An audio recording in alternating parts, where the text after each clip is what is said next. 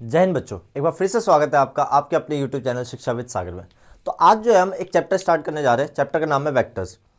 इस पूरी वीडियो में बच्चों मैं आपको वेक्टर्स के सारे कंसेप्ट बताऊंगा, सिर्फ और सिर्फ कंसेप्ट।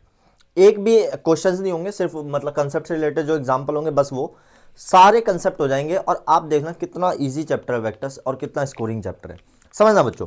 तो वेक्टर्स वेक्टर्स समझने से पहले मैं आपको एक चीज बताना चाहता हूँ। क्या? पहले क्वांटिटीज।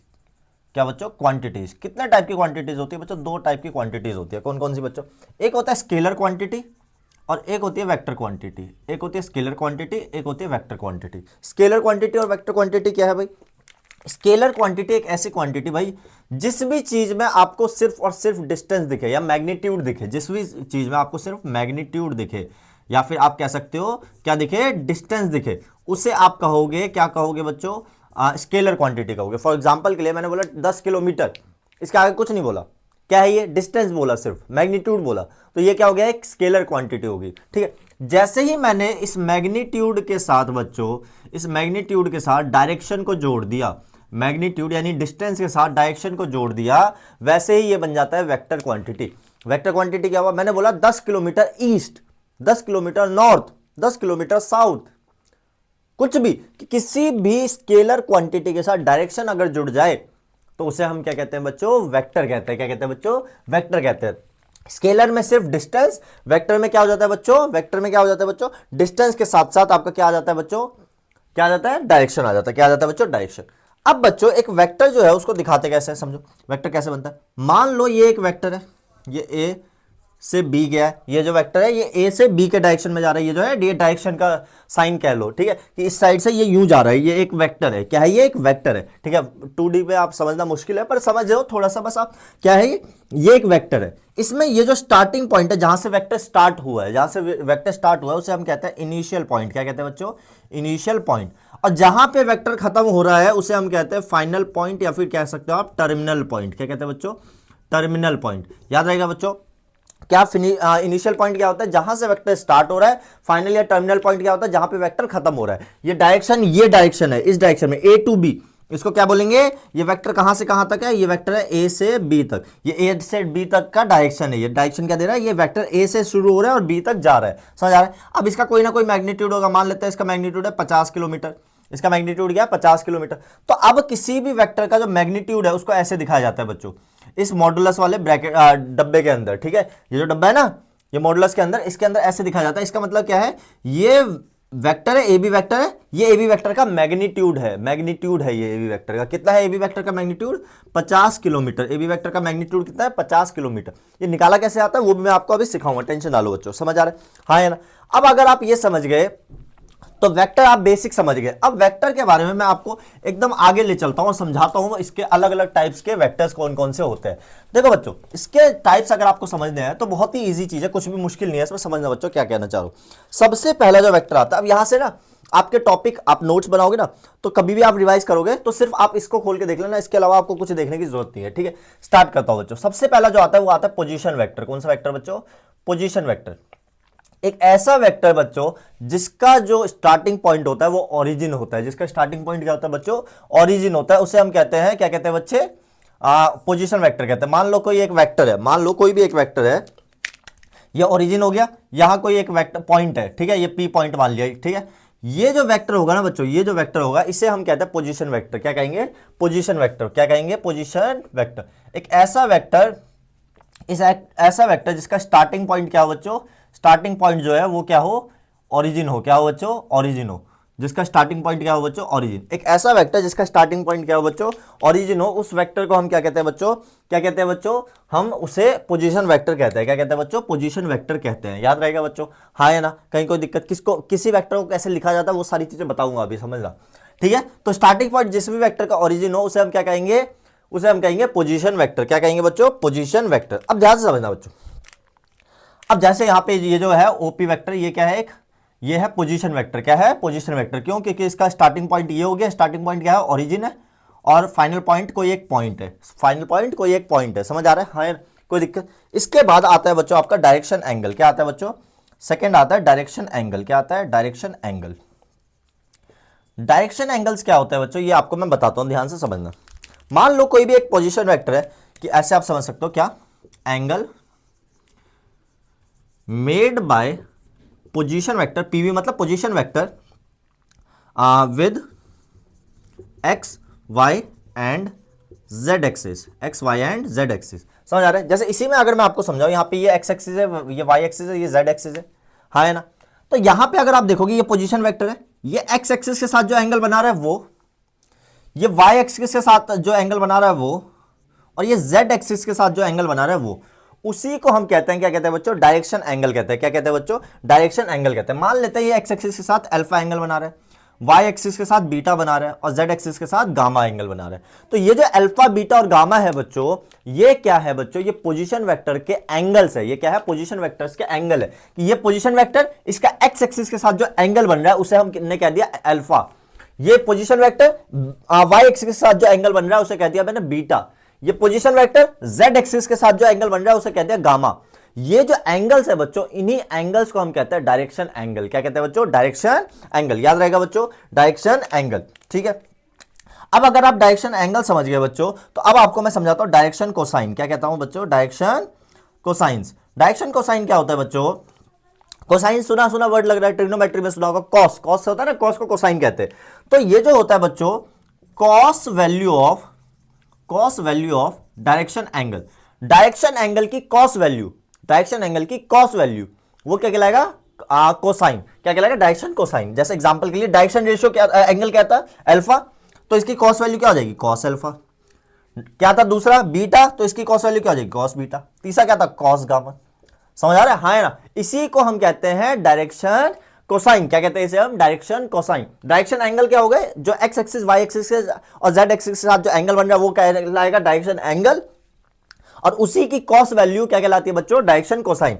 इसको हम कह देते हैं एल, इसको हम कह देते हैं एम, इसको हम कह देते हैं एन, एल एम एन। इसको क्या कह देते हैं, एल एम एन। समझ आ रहा है, इसको एल कह दिया, इसको एम कह दिया, इसको एन कह दिया। ठीक है, यहीं से आपका एक फॉर्मूला निकल जाता है बच्चों। क्या फॉर्मूला निकल जाता है कि L square plus M square plus N square ये 1 के बराबर होता है। क्या होता है बच्चों, L square plus M square plus N square ये 1 के बराबर होता है। जैसे इसमें एक और चीज कह सकता हूं, cos square alpha plus cos square beta plus cos square gamma, ये किसके बराबर होता है बच्चों, ये 1 के बराबर होता है। याद रहेगा बच्चों, ये 1 मार्कर क्वेश्चन में बहुत बार यूज होगा, ये 1 मार्कर क्वेश्चन में बहुत बार यूज होगा। समझ आ रहा है बच्चों, हाँ या ना, कोई दिक्कत। अगला समझो बच्चों, ये सेकंड, ये थर्ड था, ये क्या था, थर्ड था। अब देखो फोर्थ कंसेप्ट देखो। अब आते हैं बच्चों अलग अलग टाइप के वेक्टर्स। अब आता है, पहला आता है नल वेक्टर। कौन सा वेक्टर बच्चों, नल वेक्टर। एक ऐसा वेक्टर जिसका इनिशियल पॉइंट और फाइनल पॉइंट दोनों सेम हो। एक ऐसा वेक्टर जिसका इनिशियल पॉइंट और फाइनल पॉइंट क्या हो, दोनों सेम हो। जैसे एग्जांपल के लिए मैंने लिखा ए वेक्टर, इसका इनिशियल पॉइंट भी ए है, फाइनल पॉइंट भी ए है। मैं लिखा बी वेक्टर, इसका भी initial point same, final point same.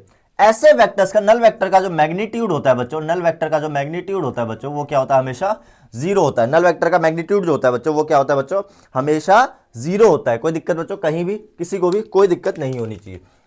इसके बाद आता है बच्चों एक यूनिट वेक्टर। क्या आता है बच्चों, यूनिट वेक्टर।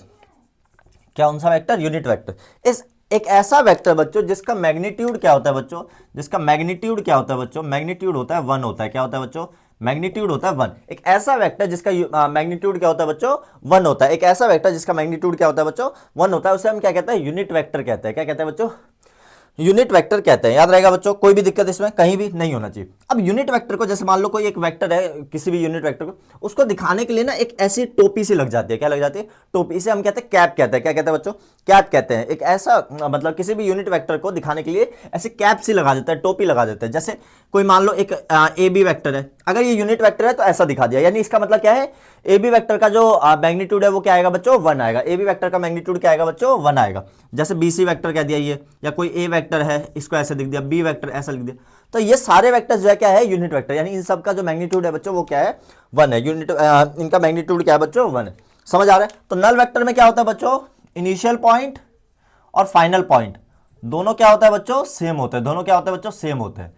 ठीक है, और इसका मैग्नीट्यूड क्या आता है, 0 आता है। लेकिन यूनिट वेक्टर में क्या होता है, मैग्नीट्यूड 1 आता है। इसका सबसे इंपॉर्टेंट टॉपिक है ये इस चैप्टर का, सबसे इंपॉर्टेंट टॉपिक है ये इस चैप्टर का। गारंटी है इससे क्वेश्चन आएगा, ना आए तो बोलना, ठीक है, ना आए तब बताओ। ठीक है, छठा को इनिशियल वेक्टर। क्या बच्चों, को इनिशियल वेक्टर। को इनिशियल वेक्टर क्या होता है बच्चों, vectors having same initial point, को इनिशियल मतलब ऐसे वेक्टर जिसका इनिशियल पॉइंट सेम हो। मान लो मैं एक वो क्या हूं, एक पॉइंट हूं, ठीक है, कोई भी पॉइंट ले लिया, एक वेक्टर ये गया, एक वेक्टर ये गया, एक वेक्टर ये गया, एक वेक्टर ये गया, ये गया, ये सारे वेक्टर कहीं ना कहीं जाके रुकेंगे, वो इनके फाइनल पॉइंट होंगे। लेकिन ये सारे वेक्टर कहां से निकले, मुझसे निकले। मैं क्या हूं, इनिशियल पॉइंट हूं, मैं क्या हूं, इनिशियल पॉइंट। तो vectors having same initial point, vectors having same initial point, vectors having same initial point, एक ऐसे वेक्टर्स जिनका इनिशियल पॉइंट क्या हो बच्चों, सेम हो, उसे हम क्या कहते हैं बच्चों, को इनिशियल वेक्टर कहते हैं, को इनिशियल वेक्टर कहते हैं। फॉर एग्जांपल के लिए मान लो ये ए पॉइंट है, इनिशियल पॉइंट, ये एक वेक्टर गया, ये एक वेक्टर गया, ये एक वेक्टर, ये बी वेक्टर, ये सी वेक्टर, ये डी वेक्टर, तो A B vector, A C vector, A D vector, इन सब में इनिशियल वेक्टर क्या है बच्चों, सेम है, क्या है, ए है, वो क्या है बच्चों, ए है। ऐसे वेक्टर्स को हम क्या कहते हैं, को इनिशियल वेक्टर्स कहते हैं बच्चों, क्या कहते हैं, को इनिशियल वेक्टर कहते हैं। आगे समझो बच्चों, जब आप को इनिशियल वेक्टर समझ गए बच्चों, तो आगे की चीजें समझो। आगे की चीजें आपके लिए बहुत ही ज्यादा सिंपल हो जाएगी। अब मैं आपको ले चलता हूं थोड़ा सा कंपोनेंट्स ऑफ वेक्टर्स की तरफ, किसकी तरफ, कंपोनेंट्स ऑफ वेक्टर। उसके बाद मैं आपको आगे की चीजें बता पाऊंगा। समझना बच्चों क्या कहना चाह रहा हूं मैं। सबसे इंपॉर्टेंट टॉपिक है ये, जितने भी टॉपिक हो गए, मान लो कितना, 1 2 3 4 5 6 7वां topic, components of vector. Components of vector क्या है, ये कंपोनेंट्स ऑफ वेक्टर समझना। कंपोनेंट्स ऑफ वेक्टर क्या है, मान लो मैंने बोला कि एक है, ये एक वेक्टर इनिशियल पॉइंट है, ये टर्मिनल पॉइंट है, ठीक है। इसके कोऑर्डिनेट होंगे कुछ, मान लेता हूं x1, y1, z1। इसके कोऑर्डिनेट होंगे x2, y2, z2, ठीक है। ये क्या है बच्चों, ये पॉइंट्स के कोऑर्डिनेट है, ठीक है। अब अगर इससे मुझे एक वेक्टर बनाना है, क्या बनाना है, वेक्टर बनाना है। कैसे बनाऊंगा देखो बच्चों, बड़ा सिंपल है। x2 में से x1 माइनस कर दो, x2 minus x1 I cap, plus y2 minus y1 J cap, plus z2 minus z1 K cap. हमेशा क्या करेंगे, जो फाइनल पॉइंट है उसमें से इनिशियल पॉइंट के कोऑर्डिनेट माइनस करेंगे। तो x2 में से x1 गया, y2 में से y1 गया, z2 में से z1 गया, और साथ में क्या लगाएंगे, अगर पहले x वाले कोऑर्डिनेट माइनस कर रहे तो लगाएंगे आई कैप, y वाले कर रहे तो जे कैप, z वाले कर रहे तो के कैप, आई कैप, जे कैप और के कैप। ये बन गया बच्चों, क्या बन गया, ये बन गया ए बी वेक्टर। ये क्या बन गया बच्चों, आपका ए बी वेक्टर। इस तरीके से वेक्टर को बनाया जाता है बच्चों, इस तरीके से वेक्टर को बनाया जाता है बच्चों, समझ आ रहा है। अब बोलोगे ये आई जे के क्या है, ये आई जे और के क्या है। आई जे और के जो है बच्चों, where I J and K cap are unit vectors along x axis, y and z axis. अब क्या मतलब है इसका, क्या मतलब है, नहीं समझ आया, रुक जाओ, अभी समझ आ जाएगा, मिनट में समझ आ जाएगा। ये मैंने बना दिए 3 एक्सिस, ये मैंने क्या बना दिया बच्चों, 3 axis, x axis, y axis और z एक्सिस। कोई दिक्कत इसमें, क्या बना दिया, 3 एक्सिस बना दिया, x axis, y axis, z axis. अब ये x एक्सिस है, इस x एक्सिस पे मैं एक यूनिट चला, मैंने यहां से शुरू करा और एक यूनिट चला, मान लो ये हो गया एक यूनिट, x एक्सिस पे एक यूनिट चला, तो इस एक यूनिट को कह दूंगा आई कैप, 1 आई कैप। समझ आ रहा है। ये y एक्सिस है, y एक्सिस पे मैं एक यूनिट चला, ये मान लिया एक यूनिट आ गया, ये कह दूंगा जे कैप।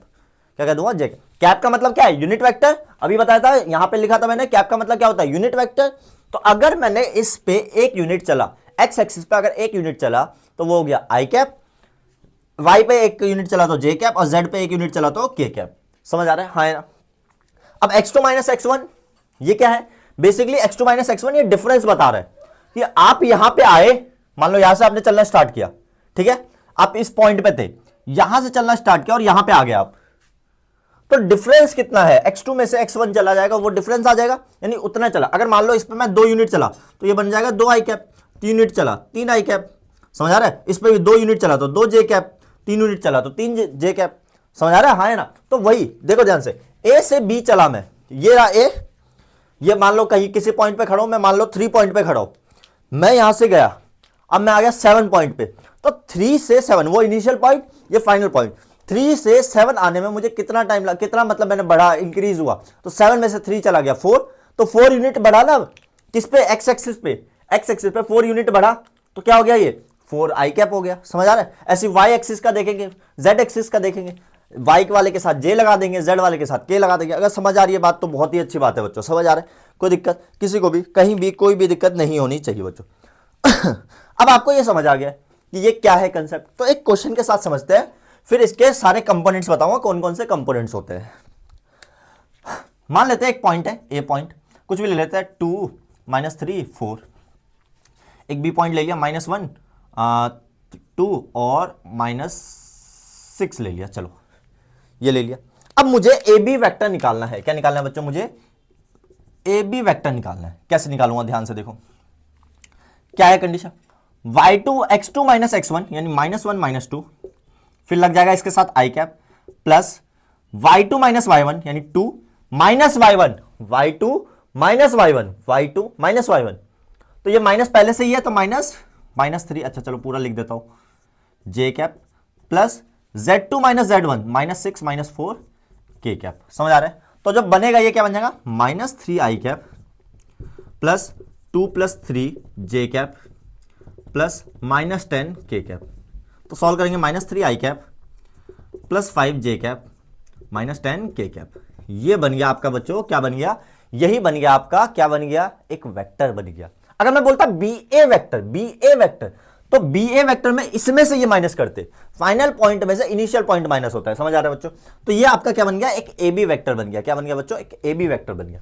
अब इस ए बी वेक्टर के अलग अलग कंपोनेंट है। पहला कंपोनेंट, इसके अलग अलग चीजें देखते हैं बच्चों, ध्यान से देखते हैं, ठीक है।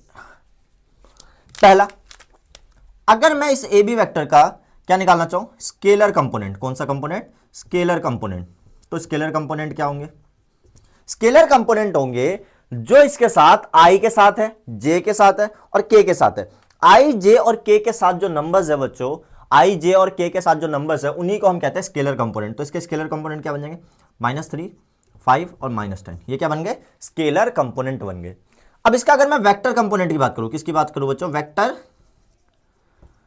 कंपोनेंट की बात करूं, किसकी बात करूं, वेक्टर कंपोनेंट, तो ये पूरा लिख दो, जैसे -3i कैप और क्या बन गया 5j कैप और क्या बन गया -10 k कैप, कॉमा के साथ, ये पूरा इक्वेशन नहीं लिखोगे, ठीक है, पूरा ये चीज लिखोगे, ये क्या बन गए, ये वेक्टर कंपोनेंट बन गए, क्या बन गए बच्चों, इसके वेक्टर कंपोनेंट बन गए। अब एक चीज बता दो बच्चों, ध्यान से समझना, अगर ये स्केलर कंपोनेंट है, स्केलर कंपोनेंट का ही दूसरा नाम होता है, उसे कहते हैं हम डायरेक्शन रेशियोज। क्या कहते हैं बच्चों, डायरेक्शन रेशियोज। क्या कहते हैं स्केलर कंपोनेंट को, स्केलर कंपोनेंट का दूसरा नाम क्या है, डायरेक्शन रेशियोज, याद रहेगा बच्चों। स्केलर कंपोनेंट का दूसरा नाम क्या है बच्चों, डायरेक्शन रेशियो। कोई दिक्कत बच्चों, कहीं भी कहीं कोई दिक्कत नहीं होनी चाहिए।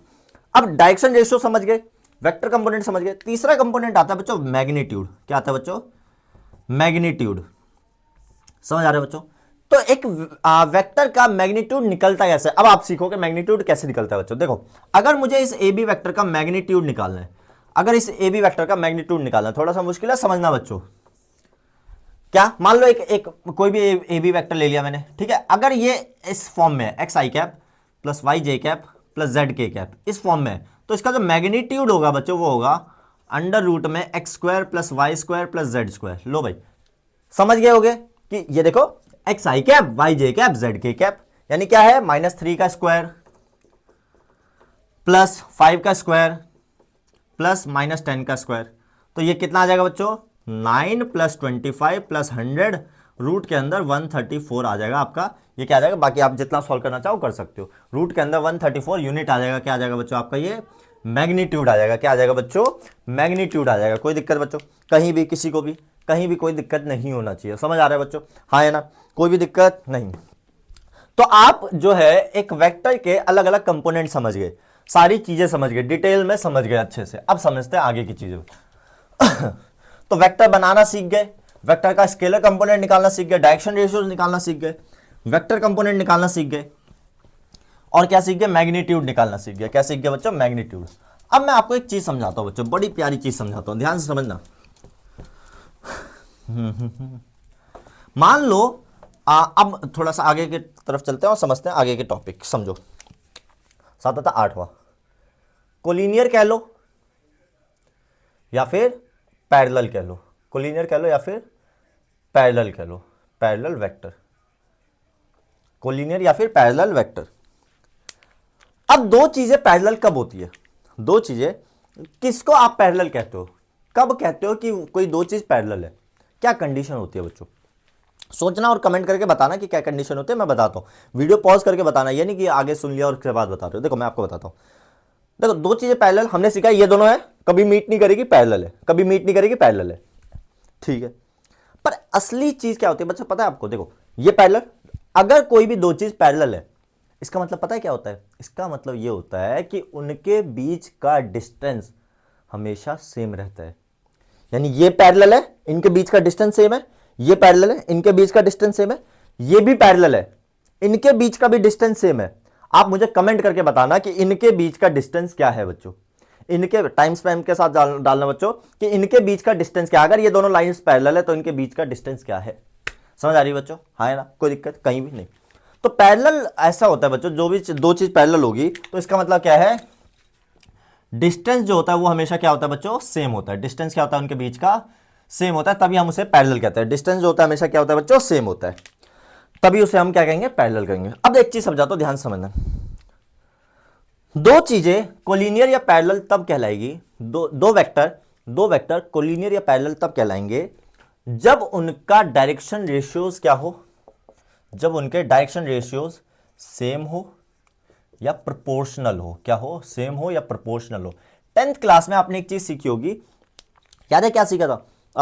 कोइंसिडेंट लाइन वाला, a1/a2 b1/b2, मतलब a1/a2 इक्वल था b1/b2 इक्वल था c1/c2 के। सेम यही चीज है। अगर मैं मान लो यहां पे बोल दूं कि एक ए बी वैक्टर है, क्या है, a1 i cap, b1 j cap, c1 k cap, मान लो ये है, और एक सी डी वैक्टर है a2 i cap plus b2 j cap plus c2 k cap, ये है। और मैंने बोला कि हमें पता, बोल दिया कि ए बी वैक्टर पैरेलल है सी डी वैक्टर के, या फिर ये दोनों कोलिनियर है। ये क्या है? कोलिनियर है। तो अगर मैं बोलूं कि ऐसा है तो इसका मतलब क्या है कि जो a1/a2 होगा बच्चों वो बराबर होगा b1/b2 के, वो बराबर होगा c1/c2 के। ये मतलब है कि अगर ये चीज हो गई तो पैरेलल है, या फिर अगर पैरेलल है तो ये चीज हो गई। समझ आ रहा है बच्चों? हाँ या? दो वेक्टर्स पैरेलल या कोलिनियर कब कहलाएंगे? जब उनके डायरेक्शन रेशियोज या तो पूरे सेम हो या क्या हो, प्रोपोर्शनल हो। दो वेक्टर्स कब कहलाएंगे कोलिनियर या पैरेलल वेक्टर? जब उनका डायरेक्शन रेशियो सेम हो या प्रोपोर्शनल हो। पेपर में 1 मार्कर क्वेश्चन यहां से बन जाता है बच्चों, पेपर में 1 मार्कर क्वेश्चन यहां से बन जाता है। 8 के बाद 9 देखो। अगला जो आता है बच्चों वो आता है इक्वल वेक्टर। कौन सा वेक्टर आता है बच्चों? Equal vector. इक्वल वेक्टर्स क्या होता है बच्चों? इक्वल वेक्टर्स क्या होता है बच्चों? इक्वल वेक्टर्स कुछ नहीं होता, सिंपल कि ऐसे वेक्टर जिसका मैग्नीट्यूड सेम हो, मतलब उसका मैग्नीट्यूड निकालोगे ना, मैग्नीट्यूड भी सेम आ जाए, साथ के साथ उनका डायरेक्शन भी सेम हो। क्या हो? डायरेक्शन भी सेम हो। मैग्नीट्यूड के साथ साथ डायरेक्शन भी सेम हो तो उसे हम क्या कहते हैं बच्चों? क्या कहते हैं बच्चों? हम उसे हम कहते हैं इक्वल वेक्टर। क्या कहते हैं बच्चों? Equal vector. अगला आता है भाई 10वां, negative of a vector. Negative of a vector, ये क्या होता है बच्चों? एक ऐसा वेक्टर, मान लो जैसे मैंने बोला कि ए बी वेक्टर बराबर होगा negative of B A vector के।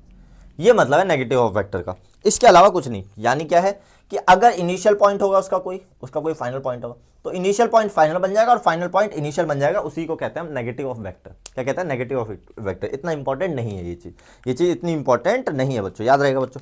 कहीं किसी को कोई डाउट? नेगेटिव वेक्टर समझ आ गया। अब समझते हैं बच्चों थोड़ा सा आगे की चीज, 9th 10th 11th, algebra of vector. चलो इसे रब करता हूं, फिर सिखाता हूं अलजेब्रा ऑफ वेक्टर। क्या सिखाता हूं? Algebra of vector. अलजेब्रा से पहले क्या बताऊं, यूनिट वेक्टर बताता हूं अलजेब्रा से पहले, फिर आपको और अच्छे से क्लियर होगा कि क्या कहना चाह रहा हूं मैं। ठीक है, चलो चलो 11वां, यूनिट वेक्टर। यूनिट वेक्टर के बारे में थोड़ी सी और जानकारी देता हूं बच्चों। किस तरीके से यूनिट वेक्टर निकाला जाता है, किस तरीके से यूनिट वेक्टर निकाला जाता है। मान लो एक वेक्टर बोल दिया मैंने, ए बी वेक्टर, क्या बोला, 2i cap plus 3j cap plus 4k cap, मान लो ये बोल दिया। ठीक है, ये बोल दिया, ये क्या है? एक वेक्टर है। मैंने बोला ए बी वेक्टर का एक यूनिट वेक्टर बताओ। यूनिट वेक्टर क्या होता है भाई? एक ऐसा वेक्टर जिसका मैग्नीट्यूड क्या हो, 1 हो। अब चेक करते हैं क्या इसका मैग्नीट्यूड 1 है। मैग्नीट्यूड कैसे निकलता है? अंडर रूट में इसके डायरेक्शन रेशियोज का स्क्वायर का सम, यानी 2 का स्क्वायर प्लस 3 का स्क्वायर प्लस 4 का स्क्वायर, यही होता है। हाँ है ना? तो ए बी वेक्टर क्या आएगा भाई, चेक करते हैं। इसका मैग्नीट्यूड क्या आएगा, रूट के अंदर 4 + 9 + 16, तो कितना है 16 9 25, रूट 29 आ गया। क्या आ गया बच्चों, रूट 29 आ गया। ए बी वेक्टर क्या आ गया, रूट 29 आ गया। ए बी वेक्टर क्या आ गया बच्चों, रूट 29 आ गया। अब आप मेरे को बताओ, क्या मैग्नीट्यूड 1 आया, क्या मैग्नीट्यूड 1 आया बच्चों, क्या मैग्नीट्यूड 1 आया, बनाया ही नहीं। तो क्या ये यूनिट वेक्टर है, नहीं है। तो इसको यूनिट वेक्टर कैसे बनाएं।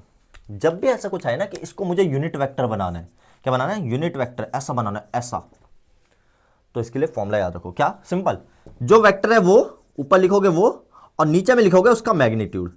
नीचे में क्या लिखोगे, मैग्नीट्यूड। कि कभी भी किसी भी वेक्टर को अगर आपको यूनिट वेक्टर बनाना है, कभी भी किसी भी वेक्टर को अगर आपको यूनिट वेक्टर बनाना है, तो क्या करो, उस वेक्टर को लिख दो, नीचे उसका मैग्नीट्यूड से डिवाइड कर दो, वो क्या बन जाएगी, यूनिट वेक्टर। जैसे एग्जांपल के लिए इसमें करा मैंने, तो ए बी वेक्टर क्या आएगा भाई, ए बी वेक्टर आएगा, ए बी वेक्टर क्या था, 2i cap plus 3j cap plus 4k cap, और अपॉन में इसका मैग्नीट्यूड, मैग्नीट्यूड कितना था, रूट 29। तो फाइनल जो आंसर आएगा वो क्या आएगा, ए बी वेक्टर का यूनिट वेक्टर क्या आएगा, 2/√29 आई कैप प्लस 3/√29 जे कैप प्लस 4/√29 के कैप।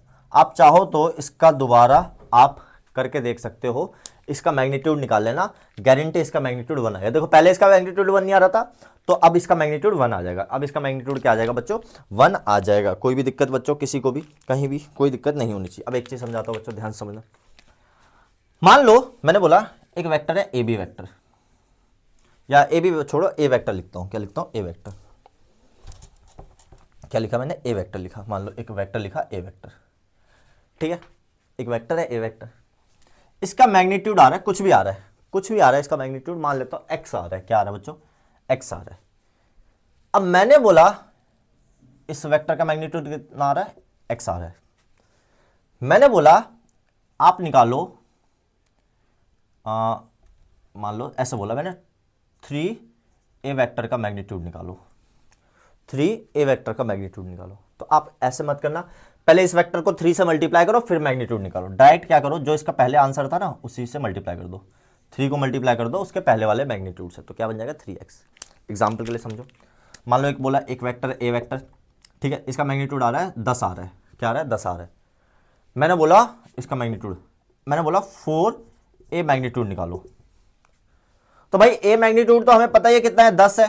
तो 4a मैग्नीट्यूड इसके 10 से मल्टीप्लाई हो जाएगा, यानी 40 आ जाएगा। कितना आ जाएगा बच्चों, 40 आ जाएगा। समझ आ रहा है बच्चों, हाँ है ना, कहीं कोई दिक्कत किसी को भी नहीं। एक चीज और समझो कि अगर ये यूनिट वेक्टर है बच्चों, मैंने बोला कि क्या, जैसे एग्जांपल के लिए एक वेक्टर दे दिया, ऐसे एक वेक्टर दे दिया, बोला इस वेक्टर की मदद से एक ऐसा वेक्टर बनाओ, इस वेक्टर की मदद से एक ऐसा वेक्टर बनाओ जिसका मैग्नीट्यूड क्या हो बच्चों, 8 यूनिट्स हो। क्या हो बच्चों, 8 यूनिट्स हो। इस वेक्टर की मदद से एक ऐसा वेक्टर बनाओ जिसका मैग्नीट्यूड कितना हो, 8 यूनिट्स हो। तो सबसे पहले जब भी ऐसा क्वेश्चन आए तो सबसे पहले उस वेक्टर को यूनिट वेक्टर बनाओगे। क्या बनाओगे, यूनिट वेक्टर बनाओगे। अब यूनिट वेक्टर बना यानी इसका मैग्नीट्यूड क्या आ गया, 1 आ गया। क्या आ गया, 1 आ गया। हमें क्या बनाना है, इसका मैग्नीट्यूड 8 बनाना है। तो क्या करो, इसको 8 से मल्टीप्लाई कर दो, 8 into A B vector. A B vector क्या है, यूनिट वेक्टर। अगर मैं इसका मैग्नीट्यूड क्या आएगा, 1, 1 को 8 से मल्टीप्लाई किया क्या आएगा, 8।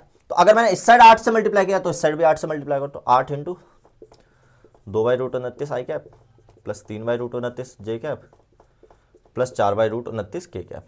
समझ आ रहा है, यही आपका क्या हो जाएगा बच्चों, आंसर हो जाएगा। यही आपका क्या हो जाएगा बच्चों, आंसर हो जाएगा। मल्टीप्लाई करके देख लेना, जो भी आंसर आएगा वो आप लिख सकते हो बच्चों, कोई भी दिक्कत कहीं भी नहीं। अब चलते हैं थोड़ा सा आगे, अब चलते हैं थोड़ा सा आगे। अब मैं सिखाता हूँ थोड़ा सा अलजेब्रा और थोड़ा सा डायरेक्शन रेशियो, डायरेक्शन एंगल के बारे में। हाँ समझना बच्चों, बड़ा प्यारा कंसेप्ट है, समझना ध्यान से। तो सबसे पहले algebra of vector, algebra of vector, vector के अलजेब्रा। सबसे पहला समझेंगे हम एडिशन। क्या समझेंगे, एडिशन। ठीक है, मान लो दो वेक्टर लिए मैंने, एक ए वेक्टर लिया 2i cap minus 3j cap plus 4k cap, B vector लिया -6i cap plus 4j cap minus 2k cap, ये ले लिया। मैंने बोला आपको निकालना है A vector plus B vector. ओहो, कितना ही मुश्किल है, कुछ नहीं है बच्चों, कुछ नहीं, कुछ मत करो, इनके कोफिशिएंट को ऐड कर दो, आई वाले के मतलब आई कैप वाले कोफिशिएंट को ऐड कर दो, तो 2 माइनस 6 कितना हो जाएगा, -4 आई कैप। इन दोनों को ऐड करोगे, -3 + 4 + जे कैप, 1 आएगा ना, -2 + 4 कितना आ जाएगा, +2 के कैप। समझ आ रहा है बच्चों, +2 के कैप, कोई दिक्कत कहीं भी नहीं। तो ये आ गया ए वेक्टर प्लस बी वेक्टर। मान लो गलती से सब्ट्रैक्शन निकाल लो, ए वेक्टर माइनस बी वेक्टर ऐसे निकालने, तो अब इसमें से ये माइनस होगा, माइनस कैसे होगा, इन सबके साइन चेंज हो जाएंगे, तो 2 माइनस 6, तो माइनस माइनस प्लस हो जाएगा, 2 + 6 कितना हो जाएगा बच्चों, चल मल्टीप्लाई करके दिखाई देता हूं, मतलब माइनस करके दिखाई देता हूं। पहले वाले को एज इट इज लिख दिया, पहले वाले का एज इट इज लिख दिया, +4 के कैप, इसमें से माइनस करना है किसको, -6 आई कैप +4 जे कैप -2 के कैप, तो कितना आएगा ये, 2 आई कैप -3 जे कैप +4 के कैप, ये माइनस मल्टीप्लाई होगा तो माइनस माइनस +6 आई कैप -4 जे कैप +2 के कैप, 2 + 6 8 आई कैप, -3 -4 -7 जे कैप +4 +2 +6 के कैप। समझ आ रहा है बच्चों, यही आ गया आंसर। तो दो वेक्टर को हम मल्टीप्लाई प्लस कर सकते हैं, माइनस कर सकते हैं, कुछ भी कर सकते हैं। समझ आ रहा है बच्चों। दूसरी चीज आती है मल्टीप्लीकेशन। क्या आता है बच्चों, मल्टीप्लीकेशन।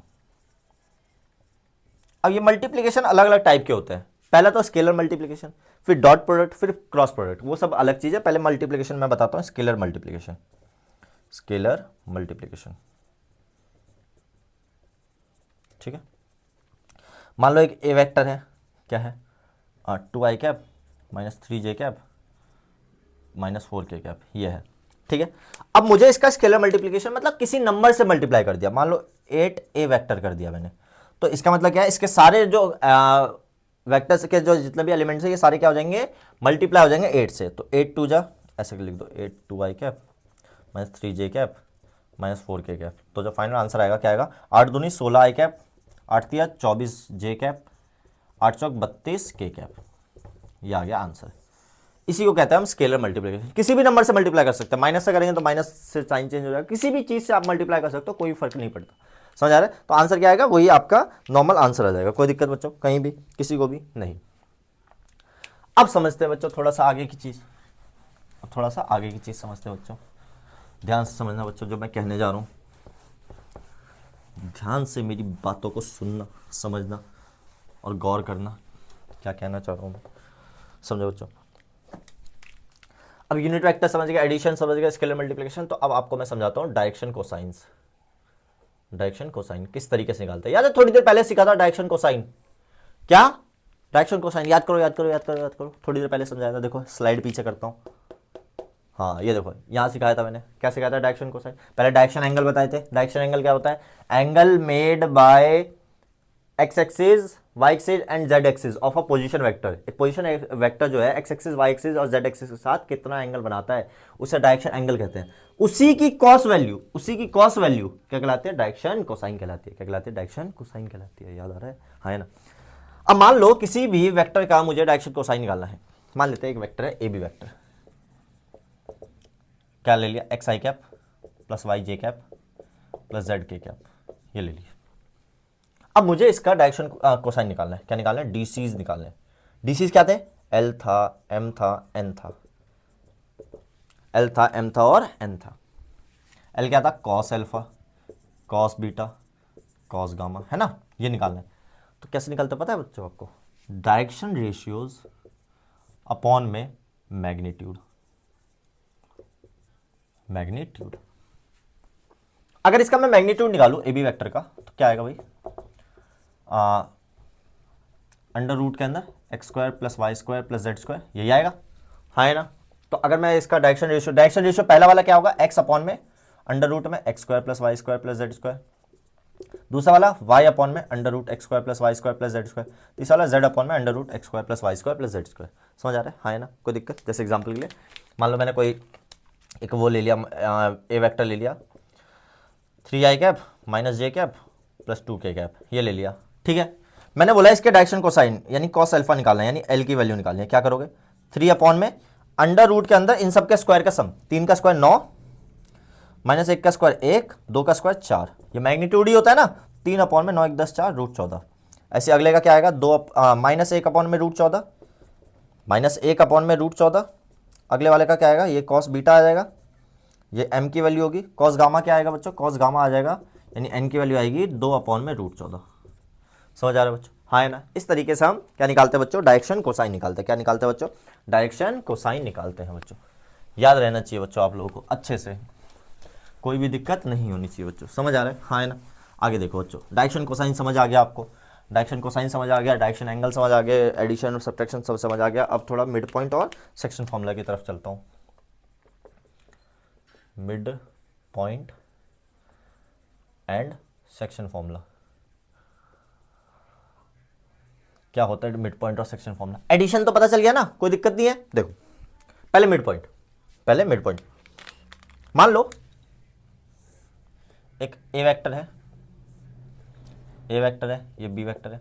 अगर मुझे कोई सी वेक्टर निकालना है इसका मिड पॉइंट, अगर मैंने बोला C vector is the mid point of A vector and B vector, so क्या होगा, सी वेक्टर अगर मुझे निकालना तो कैसे निकालूंगा, A vector plus B vector divided by 2, A vector plus B vector divided by 2। Simple सी चीज है, कोई दिक्कत नहीं होनी चाहिए बच्चों। आगे देखो, ये तो हो गया मिड पॉइंट, ये तो हो गया मिड पॉइंट। अब देखो सेक्शन फॉर्मूला, सेक्शन फॉर्मूला क्या है भाई, सेक्शन फॉर्मूला। पहली बात भाई याद करो, अगर 11th आप लोगों ने मेरे से पढ़ी है 3D में, मैंने आपको एक चीज बताई थी। क्या बताई थी कि 3D चैप्टर में, कि एक लाइन जो है,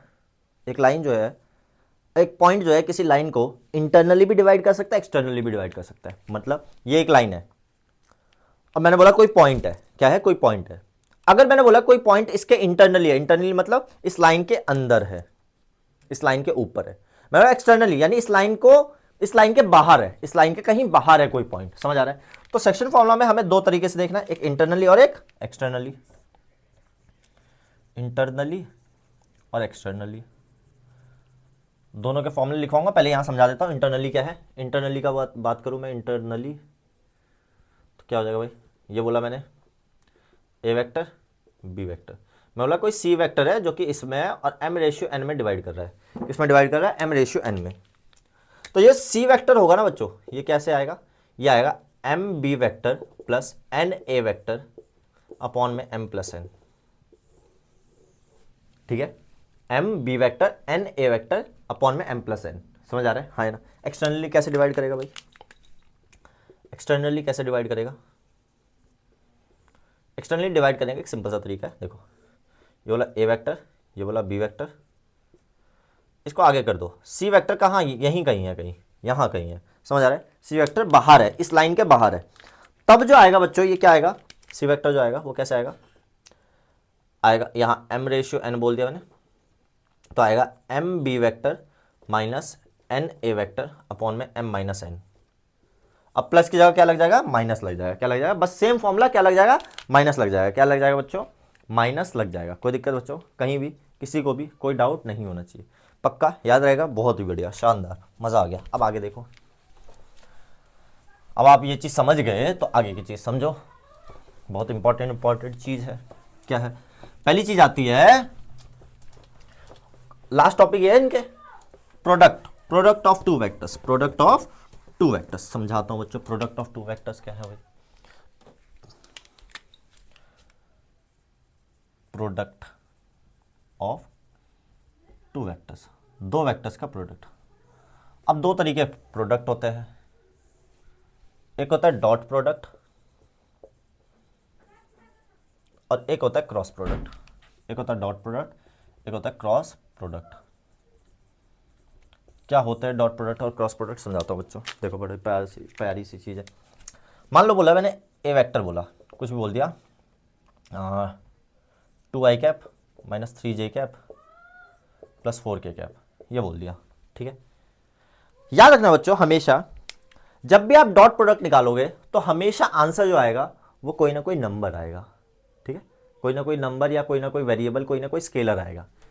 बट क्रॉस प्रोडक्ट में हमेशा आंसर वेक्टर आएगा, वेक्टर की फॉर्म में आएगा आंसर। हमेशा क्या आएगा, वेक्टर की फॉर्म में आंसर आएगा। कोई दिक्कत बच्चों, मान लो मैंने ए वेक्टर ये बोला, बी वेक्टर बोल दिया मैंने, कुछ भी बोल दिया, 5i cap minus 2j cap plus 3k cap, ये बोल दिया। और अब मुझे इनका ए वेक्टर डॉट बी वेक्टर निकालना है, A vector dot B vector निकालना है। कुछ नहीं करना, सिंपल इनको मल्टीप्लाई करो, इनके कोफिशिएंट को मल्टीप्लाई करो, 2 इंटू 5 प्लस -3 इंटू -2, जो भी कोफिशिएंट है उनको मल्टीप्लाई करके ऐड कर दो, प्लस 4 इंटू 3। माइनस साइन है तो माइनस रहेगा, प्लस है तो प्लस रहेगा, उससे कोई फर्क नहीं पड़ता। 2 पंजे 10, माइनस माइनस प्लस हो गया, तो प्लस का 6, 4 दिया 12, 10 6 16, 16 12 28। तो ए वेक्टर डॉट बी वेक्टर कितना आ गया बच्चों? 28 आ गया। ए वेक्टर डॉट बी वेक्टर कितना आ गया बच्चों? 28 आ गया। याद रहेगा बच्चों? हाँ है ना। अब अगर आप ये समझ गए, वेक्टर का डॉट प्रोडक्ट निकालना सीख गए, तो अब 2-4 चीज़ें बताता हूँ। पहले a vector dot B vector हमेशा b vector dot a vector के बराबर होगा। इसको इससे मल्टीप्लाई करो या इससे इसको मल्टीप्लाई करो, कोई फर्क नहीं पड़ेगा, सेम आएगा। समझ आ रहा है बच्चों? हाँ है ना, कोई भी दिक्कत कहीं भी नहीं। दूसरा सबसे इंपॉर्टेंट कि अगर मैं ए वेक्टर डॉट ए वेक्टर निकालूं, वो हमेशा मैग्नीट्यूड ऑफ ए वेक्टर के स्क्वायर करेगा। मतलब अगर दो सेम वेक्टर को मल्टीप्लाई करूं, या सॉरी डॉट प्रोडक्ट निकालूं, दो सेम वेक्टर का डॉट प्रोडक्ट निकालूं, तो वो उसके मैग्नीट्यूड का स्क्वायर हो जाएगा, मैग्नीट्यूड के स्क्वायर हो जाएगा। याद रहेगा बच्चों? दो वेक्टर के डॉट प्रोडक्ट निकालूं मैं, दो सेम वेक्टर के डॉट प्रोडक्ट निकालूं, तो उसका क्या हो जाएगा? वो उसके मैग्नीट्यूड के स्क्वायर के बराबर हो जाएगा। तीसरा समझो बच्चों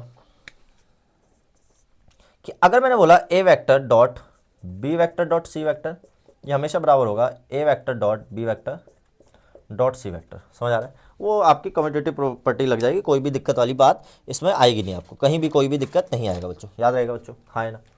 अच्छा, क्रॉस प्रोडक्ट बताने से पहले मैं इसके बारे में बता देता हूँ। Angle between two vectors,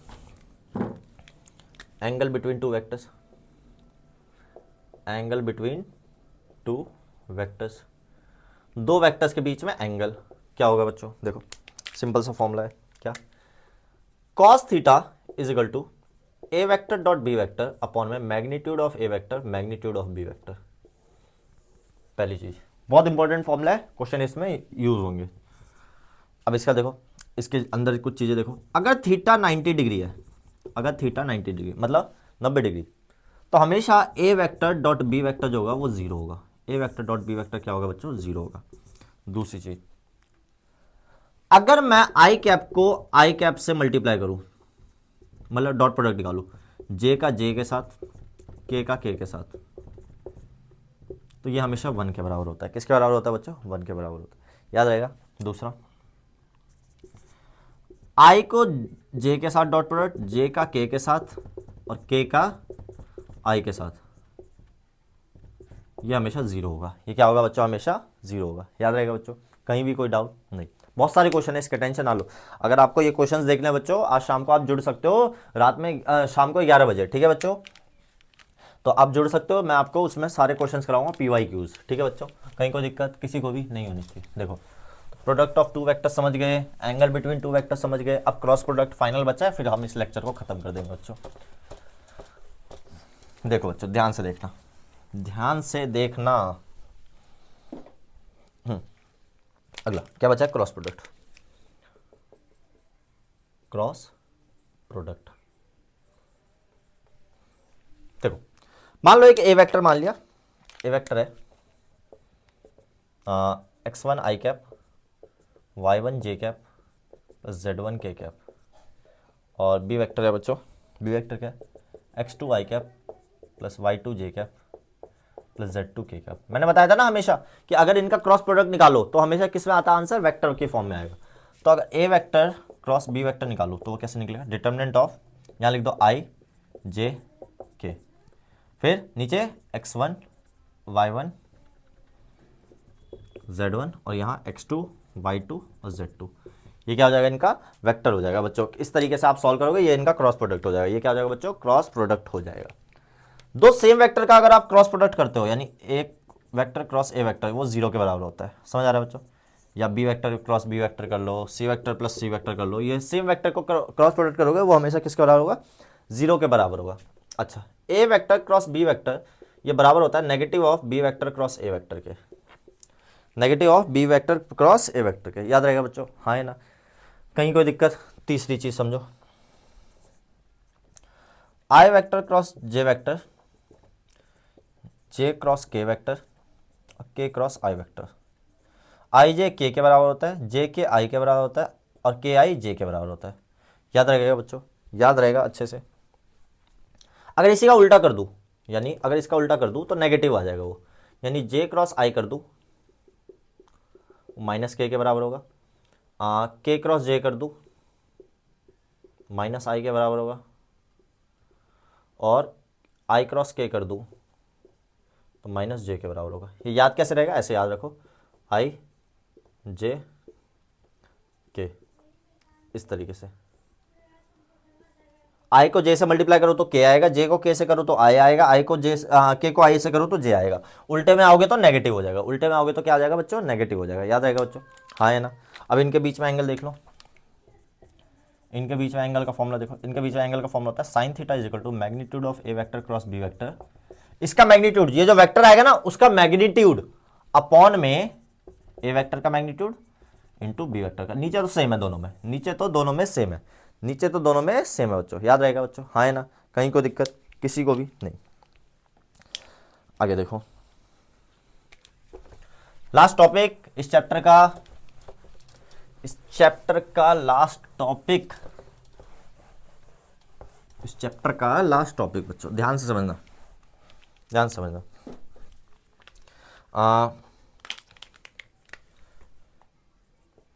area of triangle और दूसरा एरिया ऑफ पैरेललोग्राम। ठीक है, अगर आपको कभी भी एरिया ऑफ ट्राइंगल निकालना हो किसी भी वेक्टर्स की मदद से, तो कैसे निकालोगे, हाफ इंटू ए वेक्टर क्रॉस बी वेक्टर, उसका मैग्नीट्यूड, ए वेक्टर क्रॉस बी वेक्टर का मैग्नीट्यूड। अब पैरेललोग्राम के लिए हाफ हटा दोगे, ए वेक्टर क्रॉस बी वेक्टर, इसका मैग्नीट्यूड। ये क्या हो जाएगा बच्चों, एरिया ऑफ पैरेललोग्राम हो जाएगा। समझ आ रहा है, where A and B are the vectors, ये A and B are the vectors बच्चों। समझ आ रहा है, हाँ है ना।